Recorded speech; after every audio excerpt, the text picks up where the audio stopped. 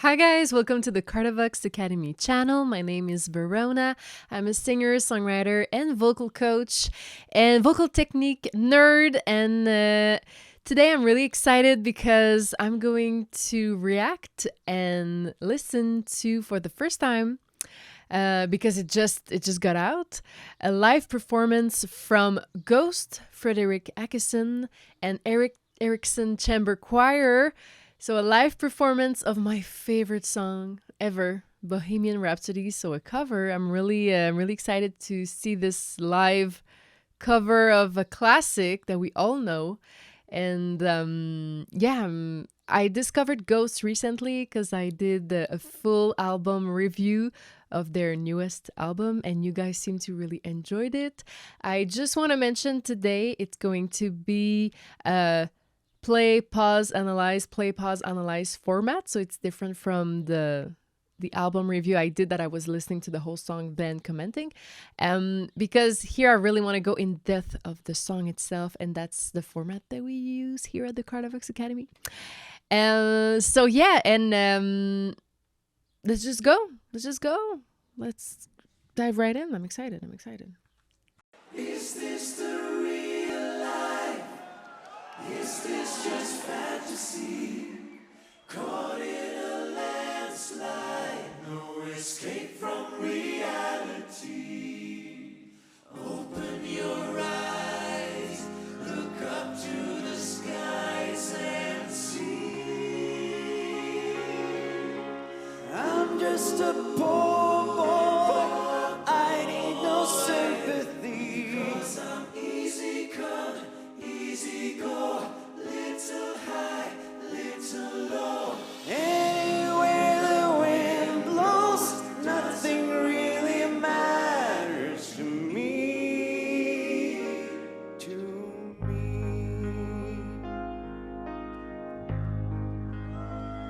All right, beautiful intro. Wow, the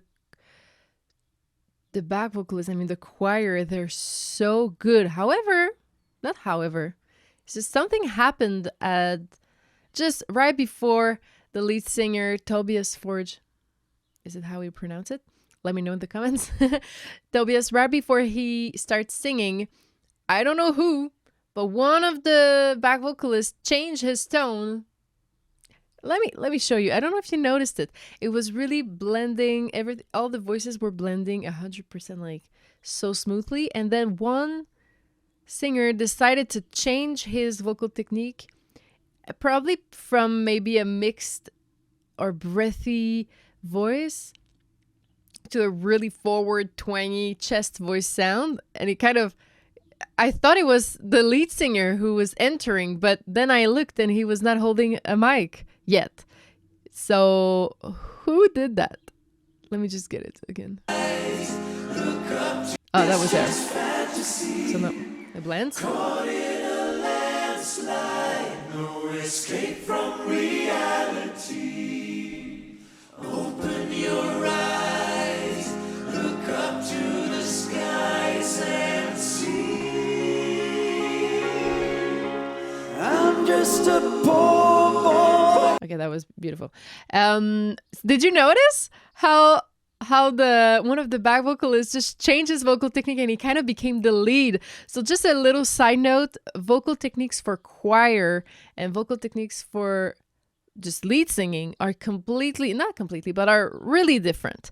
Even when I do my own back vocals on my recordings, and I don't use the same tone, I don't use the same vocal techniques, because the goal of a choir is really to kind of make this shmooshy assemble of harmonies that is just like a cushion for the lead voice to sit over it.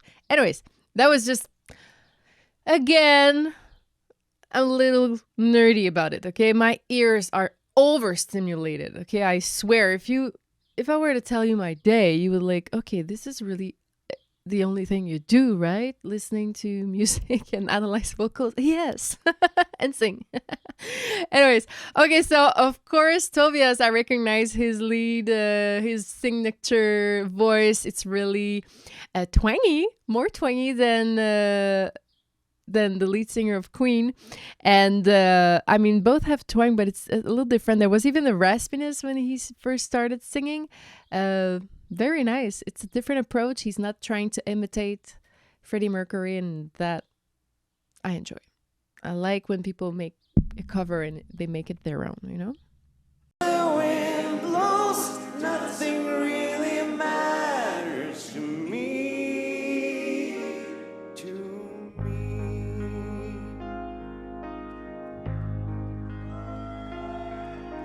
Mama, I just killed a man. I put a gun against his head. Pull the trigger, now he's dead. Mama, life had just begun. Never gonna throw it all away. Mama, I didn't mean to make you cry. If I'm not back again this time tomorrow, carry on, as if nothing really mattered. Oh my God, Adam Lambert was in the crowd. I love him so much. And especially that he was touring with Queen, you know? Okay, so about Tobias' voice. There's a raspiness in it. I'm not the specialist in raspy voices, okay? I'm really a clean singing vocal coach. But from what I know, especially with Mark from Kardavox Academy, who is a specialist of harsh vocals, and when we discuss together, sometimes we analyze voices like that because a lot of our students, they want to learn how to sing. I mean, it's a clean voice over which we put a little bit of grit in it. From what I know, and what I test a little bit on myself, but I don't encourage my students to do it because the moment you push too much air, it's really dangerous. You can have nods, it could hurt. But if you're doing it and it doesn't hurt at all and you don't feel vocal fatigue, well, I think you got it. I think you got it. So from what I know, that you have your vocal folds, okay, vocal cords. I love the old terms, vocal cords. It's not really cords, but vocal cords. And right above, we have a cartilage. It's basically called the false vocal cords, and we can make a lot of sounds with it, but no notes. So it's really the distortion that you hear. It's from a contraction of these. So let's say, I'm going to try to do 3 examples. Okay, so this would be contracted, and then centered, then retracted, which is my favorite. So smooth, right? Okay, let me do it again. So centered is my talking voice. 1 2 3 4 5 A B C D E F G. 1 2 3 4 5 A B C D E F G. That was contracted, and then retracted, which is my go-to. I love centered is okay, but the most comfortable one and healthiest for long-term vocal health is the retracted one. So let me go back to centered. 1 2 3 4 5 6 7 8 A B C. 1 2 3 4 5 6 7 8 A B C D E F G. So it's like I'm really retracted. I should in fact talk with you with this voice, but I don't know why. I don't feel like myself when I talk in a retracted way, but when I sing, it's okay. I know some YouTubers and vocal coaches out there, probably one of the most famous, she talks like that, and I really am jealous that she has the habit of talking with this voice because it's so much healthier. Maybe I should. Okay, I'll try in this video. So retracted, okay? So he's the opposite. He's contracted. But I know when I do the contracted one, sometimes I push a bit too much air and it makes me want to kind of cough and it tickles a little bit. So I have to check out. I'm going to work this with Mark. So maybe in a couple of months, I'm going to have new tips for you. But yeah, so he's doing that. Don't try it at home. Get a vocal coach. Let's keep going.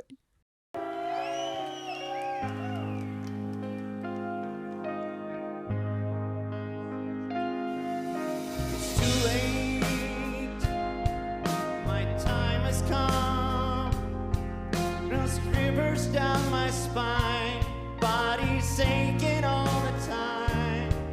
Okay, this is interesting. Sorry for stopping so soon, because I just talked about like, whew, how I feel difficult to do a grit on a long note. Sometimes I do it live, just one note at the end of my show. I know that even if I push a little too much, it's okay. I'm done with the show, you know. He did the opposite. So he started with grit and then he just removed it all and went back to full twang, full clean sound. This is smart. Let's see if he puts back the grit or if he's going to keep a really clean sound.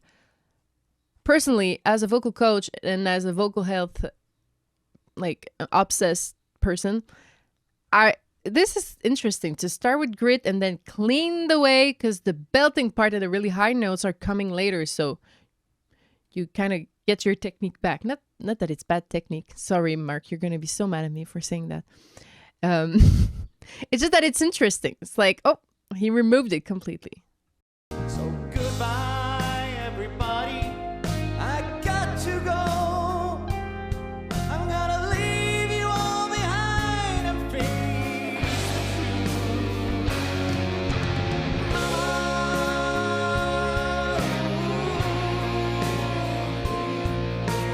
I don't wanna die. I sometimes wish I'd never been born at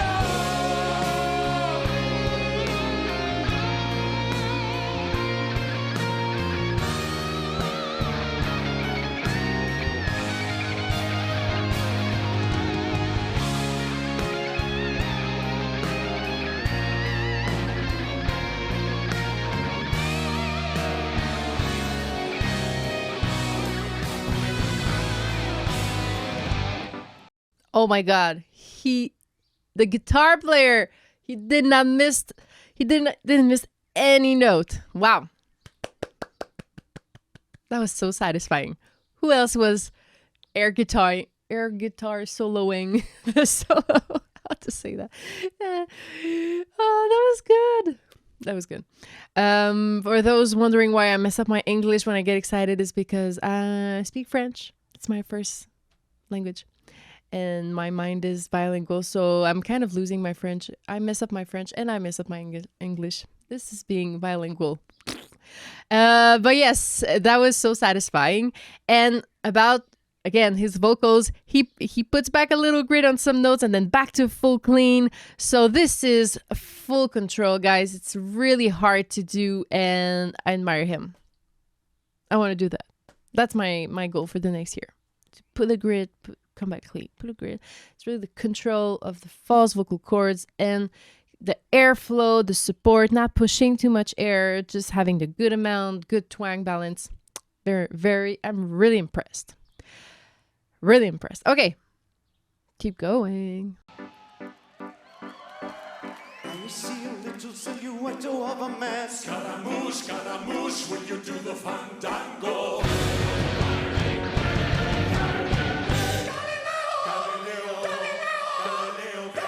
Me. He's just a poor boy from the poor families. Easy come, easy go, will you let me go? Let it go! Let it go! Let me go! Let me go!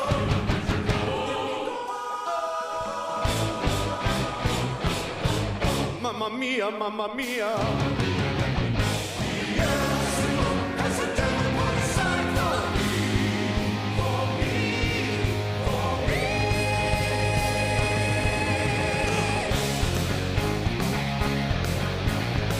So sorry. I mean, I have to stop. That's the format that we do. It's such a good song. I'm gonna re-listen to the whole thing, and you should too. Not my whole thing, this whole thing. I mean, you can re-listen to my whole thing. It's basically a free vocal class, vocal technique class. Okay.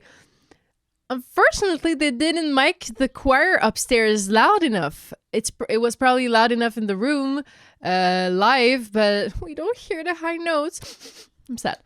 They were probably very good. The four guys, they're absolutely incredible. The one that does the high note with his mixed voice. What is a mixed voice? Well, there's a couple of versions of mixed voice, but the one that he does, it's basically you take your falsetto. Okay, let me explain to you what a mixed voice is, especially for guys, okay? But also for women with low voices. Hello, like me.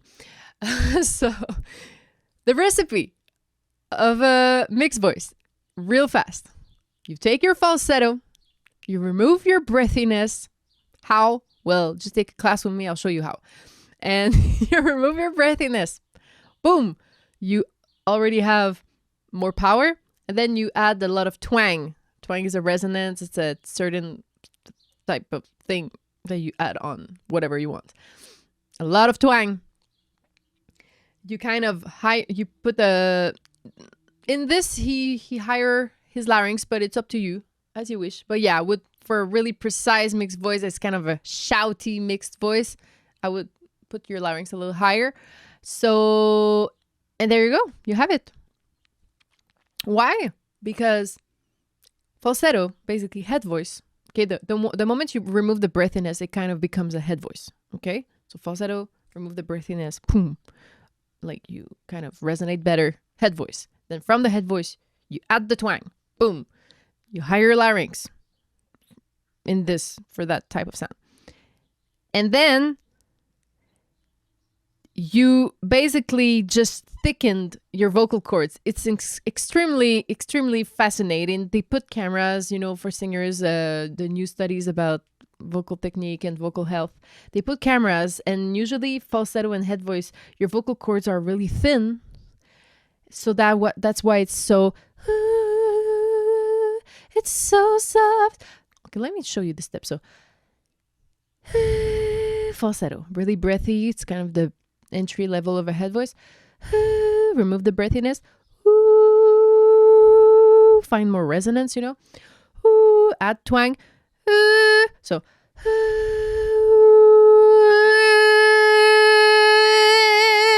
higher larynx. Me. Okay, it's not as high, but you know how I get. And then if you want to hit the high note, you just gradually go up. But yes, so they put a camera in, and adding twang over your thin vocal cords makes them thicker. Woo! Amazing. So that's why it sounds so powerful. Okay. Anyways, that was so delightful. I am enjoying myself so much. I hope you are too. Let's nerd out together. Vocal technique is so fun. Why do I love vocal technique so much? Because when you understand, when you practice, anybody can sing. Everybody can sing. Yeah, I would say the hardest part, if you don't have it naturally, is the pitch and the timing and the rhythm. Okay, if you have pitch and you have a good rhythm, and it's just like technical stuff, man, it's gonna be easy peasy. Just have the good coach, the good exercises, and you're good to go. And you're gonna have so much fun doing it.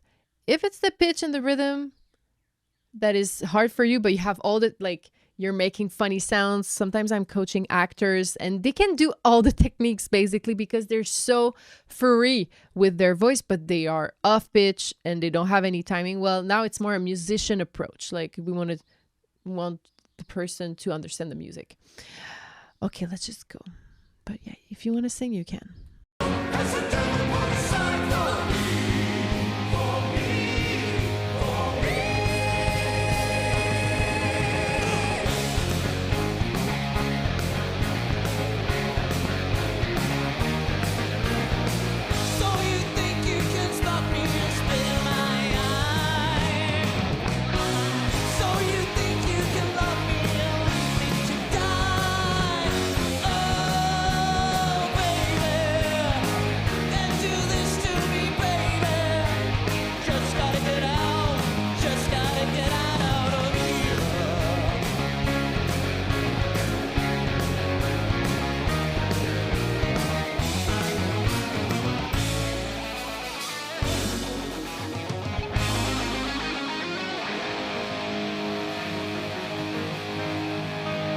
My last stop, I promise.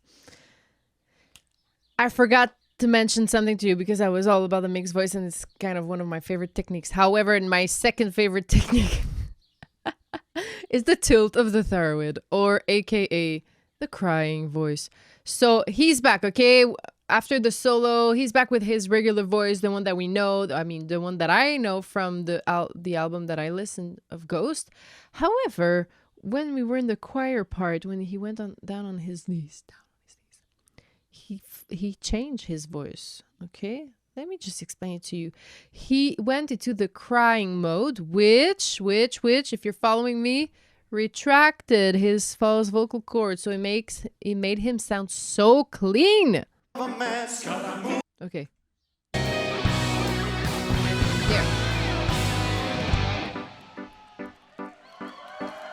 I see a little silhouette of a man. I see a little silhouette of a man. You know I'm crying and I'm crying and I'm crying. Instead of I see a little silhouette of a man. This is more centered false vocal cords. It's okay, nothing wrong with that. But the other one is a retracted false vocal cords. Do you see the difference? Do you hear it? Not see, but do you hear it? Scaramouche when you do the fandango.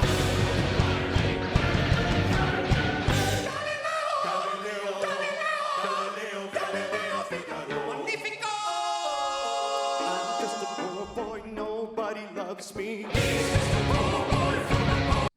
I'm just a poor boy, nobody loves me. So if you want to remove the grit, like if you have a raspiness that is unwanted and is uncomfortable, try the crying voice like that. Very theatrical.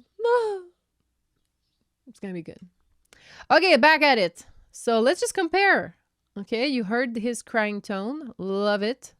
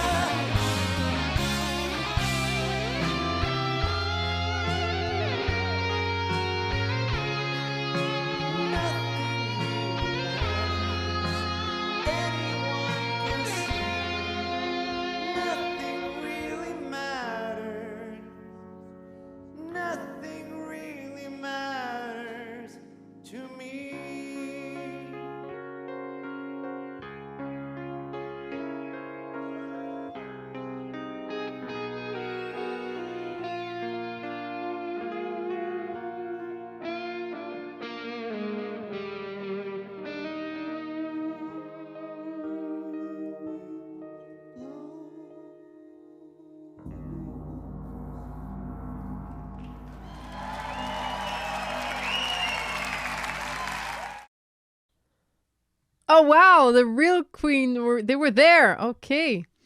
And they brought him a gong at the end. So epic.